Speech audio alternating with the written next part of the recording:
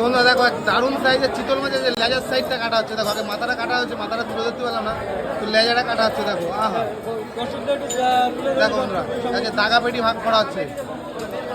এই দাগা পেটি হচ্ছে তোমার পেটি, শুধু পেটি নিলে আছে 1100 টাকা কিলো পড়বে, আর দাগা পেটি দিয়ে একসাথে নিলে 800 টাকা, 1000 টাকা, তোমার 1000 টাকা পেটি কিলো পড়বে। দেখো আর পেটি কি বন্ধুরা দেখো পুরো সাদা মাখমের মতন কালার পেটি, এক বাড়িতে 3 পিস। দেখো এক বাড়িতে 3 পিস সুন্দর করে পেটিটা পিস করবে এখন মামা। দারুণ সাইজের চিতল মাছ, দারুণ দারুণ। আহা, কাটো মামা কাটো। দেখো ও হো, দেখো বন্ধুরা দারুণ সুন্দর করে পিস করছে চিতল মাছের পেটিকে, আর পেটিতে পুরো মাখন জমে গেছে, এত সুন্দর তেল মনে হচ্ছে আছে বাংলাদেশের ইলিশ।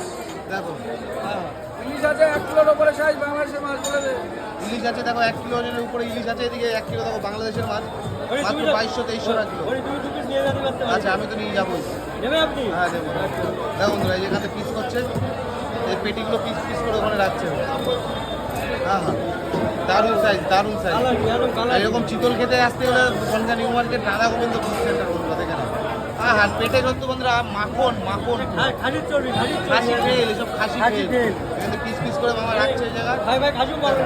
না না না, দেখো হ্যাঁ হ্যাঁ, দারুণ সাইজ। কি চিয়ারা রে চিয়ারা, কি চিয়ারা বারাইপুরের পিয়ারা। দেখো 12 পেয়ারা। দেখো বন্ধুরা এত সুন্দর চিতল মাছের পেটি বলছে 12 পেয়ারা। এরকম চিতল খেতে আসতে হবে মামার দোকান। দেখো এই হচ্ছে রাধা গোবিন্দ ফিশ সেন্টার।